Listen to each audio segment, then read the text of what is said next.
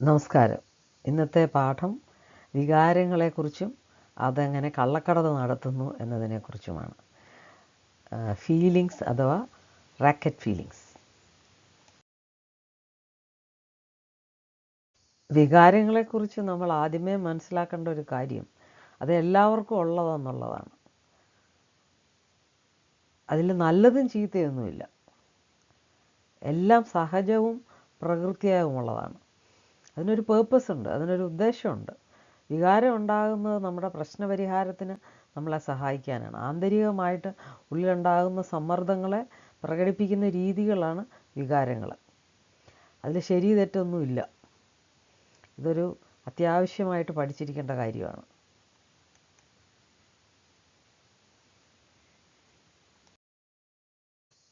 വിനിമയ അപഗ്രഥന ശാസ്ത്രത്തിൽ വികാരങ്ങളെ പ്രത്യേകിച്ചും രണ്ടായിട്ട് തിരിച്ചിട്ടുണ്ട്. ഇതേക്കുറിച്ചുള്ള ഒരുപാട് പഠനങ്ങൾ നടത്തിയിട്ടുള്ളയാൾ ഫെനീറ്റ ഇംഗ്ലീഷാണ്. അതിലൊന്ന് പ്രകൃത്യാ ഉള്ളതും സ്വതവേ ഉള്ളതുമായ വികാരം എന്നുള്ളതാണ്. രണ്ട് പഠിച്ചെടുത്ത വികാരങ്ങൾ. ഈ സ്വതവേ ഉള്ള വികാരങ്ങളെ നമ്മൾ വാസ്തവമായ വികാരങ്ങൾ എന്ന് പറയാം. പ്രശ്നപരിഹാരത്തിന് നമ്മളെ സഹായിക്കുന്ന അതാണ്. പഠിച്ചെടുത്ത വികാരങ്ങളെന്ന് പറഞ്ഞാൽ നമ്മൾ ജീവിക്കുന്ന സാഹചര്യങ്ങളിൽ നിന്ന് നമുക്ക് ചുറ്റുമുള്ളവർക്ക് എന്താണ് ഇഷ്ടപ്പെടുക എന്ന് ചിന്തിച്ച് നമ്മൾ പഠിച്ചെടുക്കുക. ആ രീതിയിൽ നമ്മുടെ ഇമോഷണൽ എക്സ്പീരിയൻസിനെ ഷെയർ ചെയ്യാനായിട്ട്. അതിനെ നമ്മൾ കള്ളവികാരങ്ങൾ എന്ന് വേണേൽ വിളിക്കാം. കാരണം യഥാർത്ഥത്തിലുള്ള വികാരത്തെ മറച്ചു വെച്ചിട്ടാണ് ഈ പഠിച്ചെടുത്ത വികാരങ്ങൾ നമ്മൾ പ്രകടിപ്പിക്കാറുള്ളത്.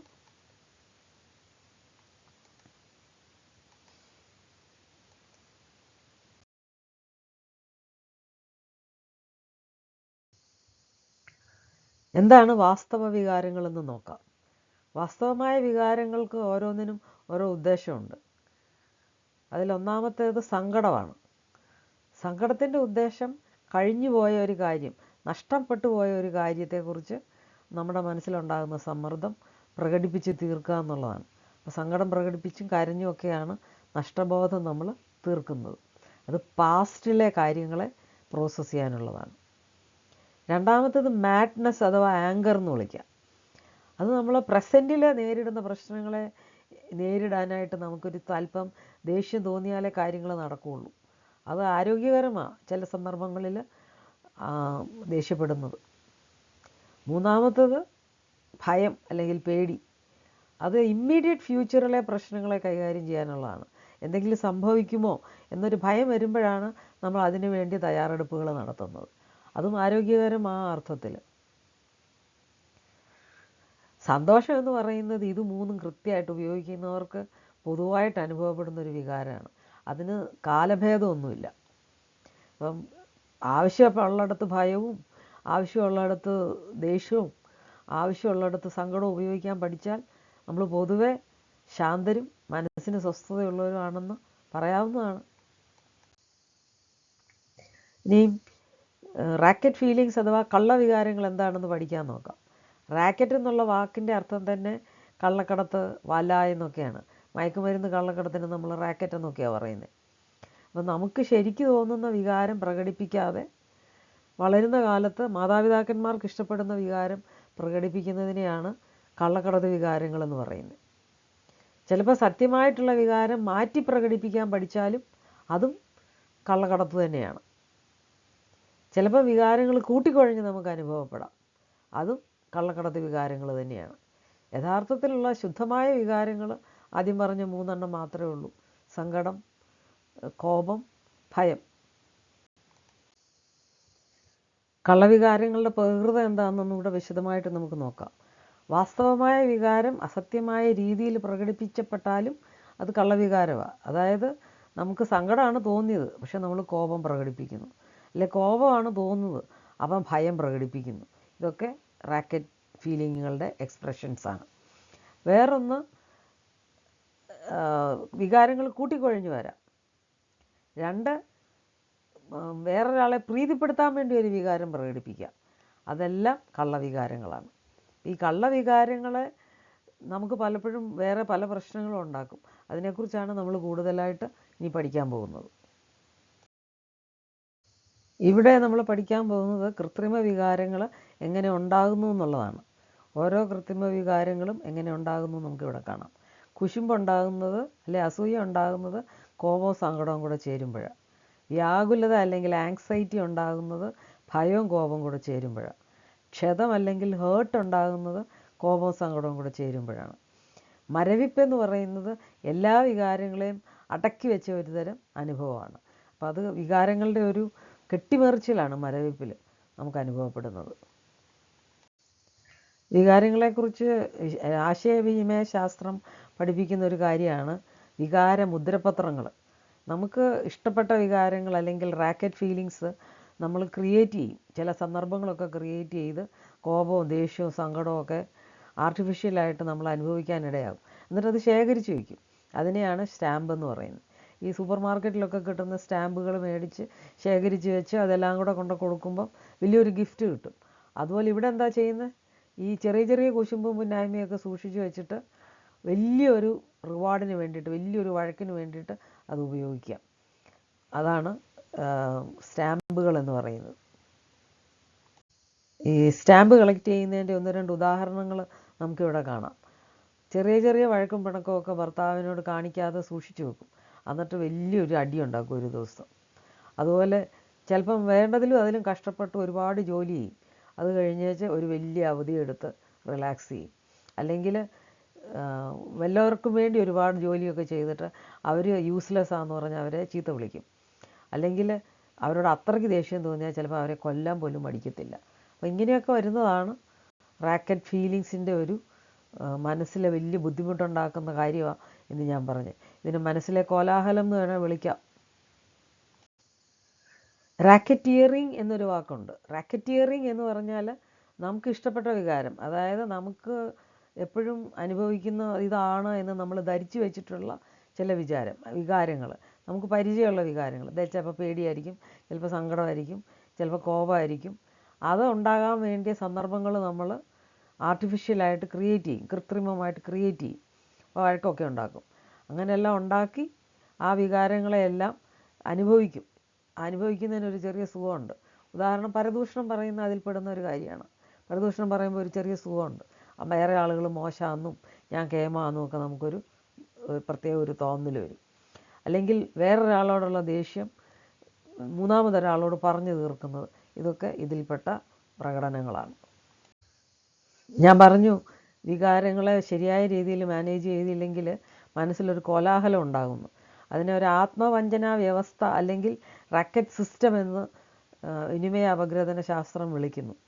അതെങ്ങനെ വികസിക്കുന്നതെന്ന് വെച്ചാൽ, കൃത്രിമമായി വികാരങ്ങൾ പ്രകടിപ്പിക്കുമ്പോൾ അതൊരു സ്വഭാവമായിട്ട് മാറും. നമ്മൾ തന്നെ മറന്നുപോകും, അത് അറിയുന്നു പോലുമില്ല ഈ സ്വഭാവം നമ്മൾ പഠിച്ചതാണെന്നുള്ള കാര്യം. അതിനെന്ത് സംഭവിക്കും? നമ്മുടെ ജീവിതത്തെക്കുറിച്ചുള്ള ചില കാഴ്ചപ്പാടുകൾ സ്ഥാപിക്കാൻ വേണ്ടിയിട്ട് ഈ വികാരങ്ങൾ നമ്മൾ ആവർത്തിച്ച് ക്രിയേറ്റ് ചെയ്തുകൊണ്ടിരിക്കും. അങ്ങനെ ചെയ്യുമ്പോൾ അതൊരു സിസ്റ്റമായിട്ട് മാറും. ഇതാണ് റാക്കറ്റ് സിസ്റ്റം എന്ന് പറയുന്നത്. ഇത് പലപ്പോഴും നമുക്ക് ജീവിതത്തിൽ വലിയ വെല്ലുവിളികൾ ഉണ്ടാക്കുന്ന ഒരു സംഗതിയാണ്.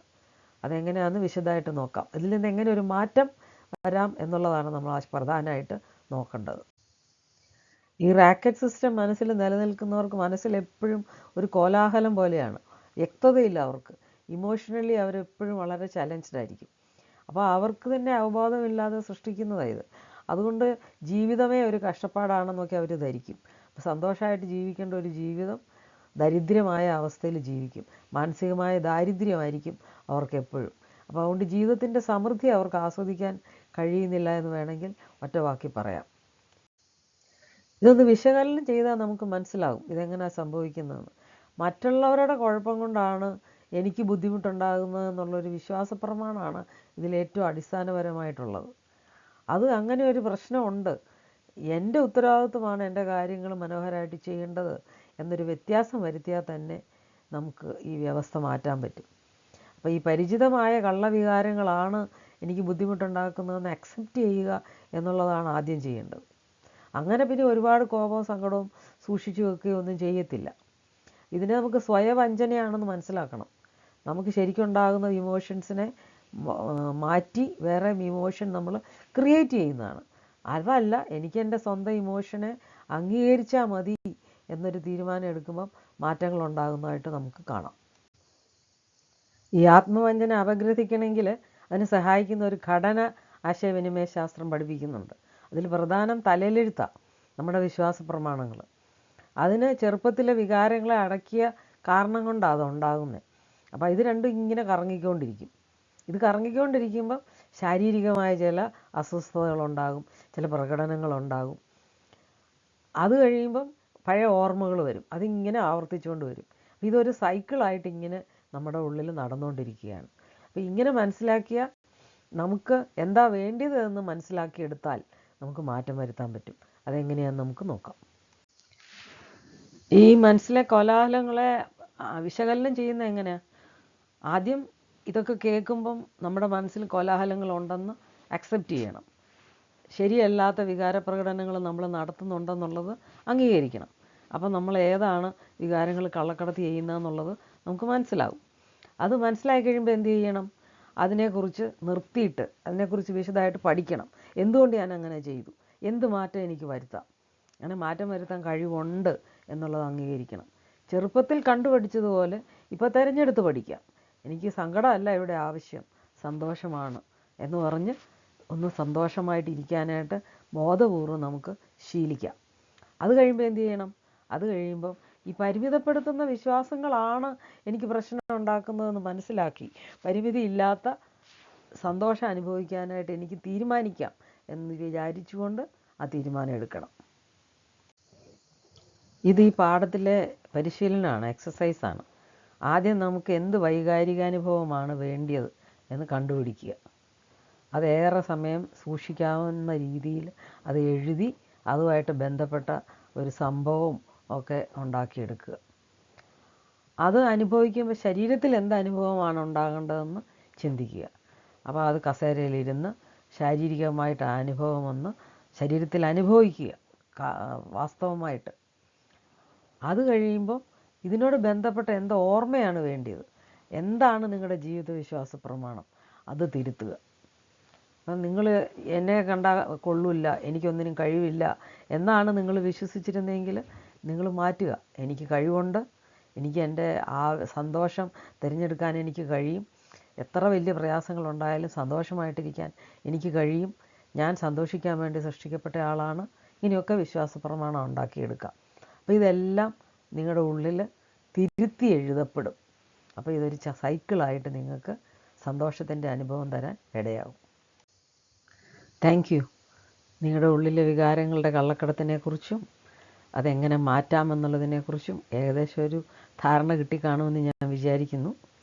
കുറച്ച് കഠിനമായ ഒരു വിഷയമാണ്. കൂടുതൽ ഹെൽപ്പ് വേണമെങ്കിൽ നിങ്ങൾക്ക് എന്നെ വിളിക്കാവുന്നതാണ്. ഞാൻ കൂടുതൽ സഹായങ്ങൾ ചെയ്തു തരാം.